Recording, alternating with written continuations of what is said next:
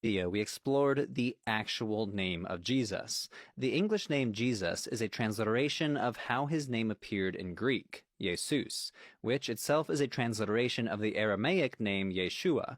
Almost all of the modern names of Jesus in almost every modern language derive either from the Greek Jesus, like his Latin and Amharic names, or directly from the Aramaic. But there's one very prominent exception, one version of his name that has perplexed scholars for generations: the Arabic name of Jesus as it appears in the Quran.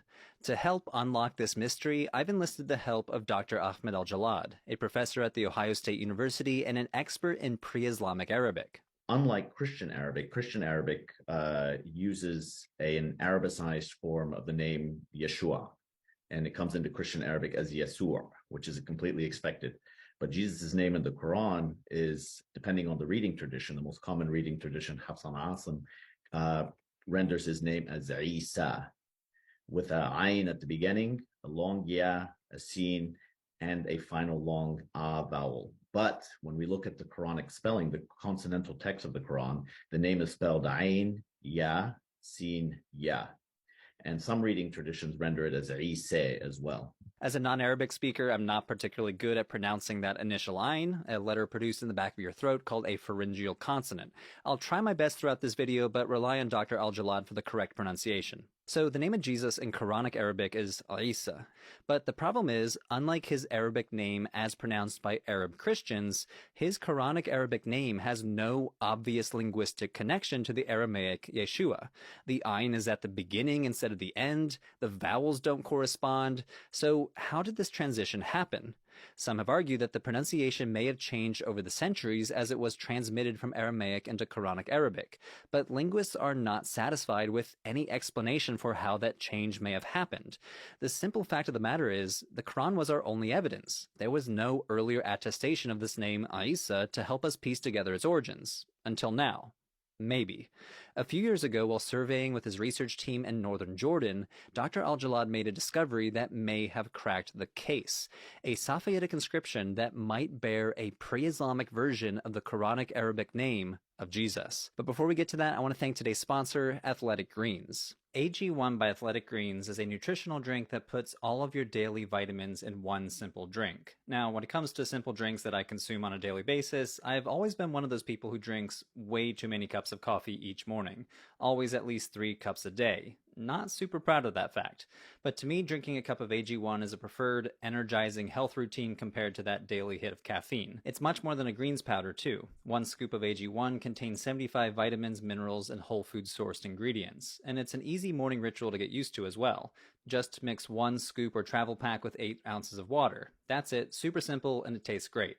And it works with any lifestyle. If you're the type of person who always hits the gym, then you'll appreciate the magnesium in AG1 to help with muscle soreness, or maybe you don't work out at all and you just want to know for a fact that you're getting all the necessary vitamins and minerals to fill any nutritional gaps in your diet. To get started on your order, go to athleticgreens.com/religionforbreakfast. Athletic Greens is offering the Religion for Breakfast audience a free 1-year supply of vitamin D3 plus K2 and 5 free travel packets with your first purchase. And with that, back to the show. Safavidic is an ancient South Semitic script that people in southern Syria and northern Jordan used to write all the various dialects of Old Arabic, which are closely related to Quranic Arabic. In fact, many of the 28 Safavidic letters correspond to modern Arabic letters. Scholars think the script was used between the 1st century BCE and the 4th century CE. Give or take a few centuries.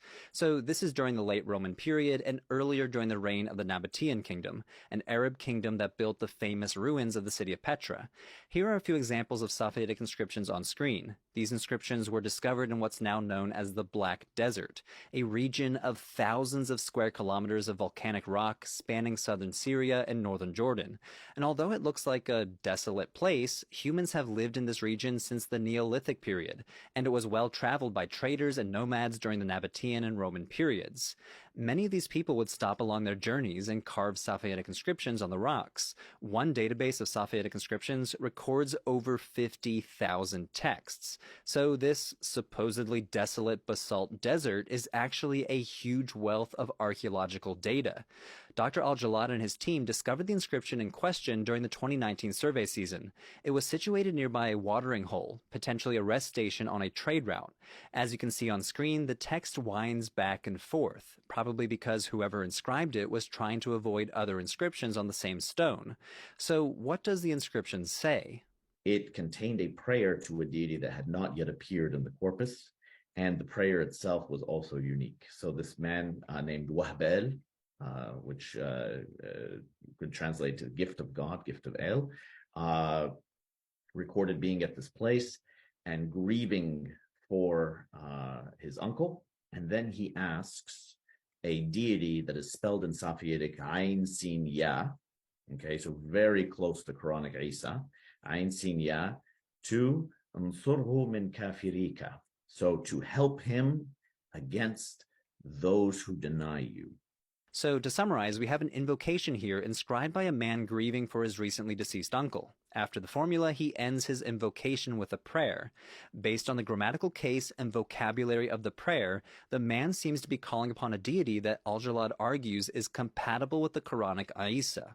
Ain Sin Ya is the way you would spell Isa in Safaitic, because the Safaitic script does not write internal long vowels. So when a long vowel occurs inside of a word, it's not represented graphically.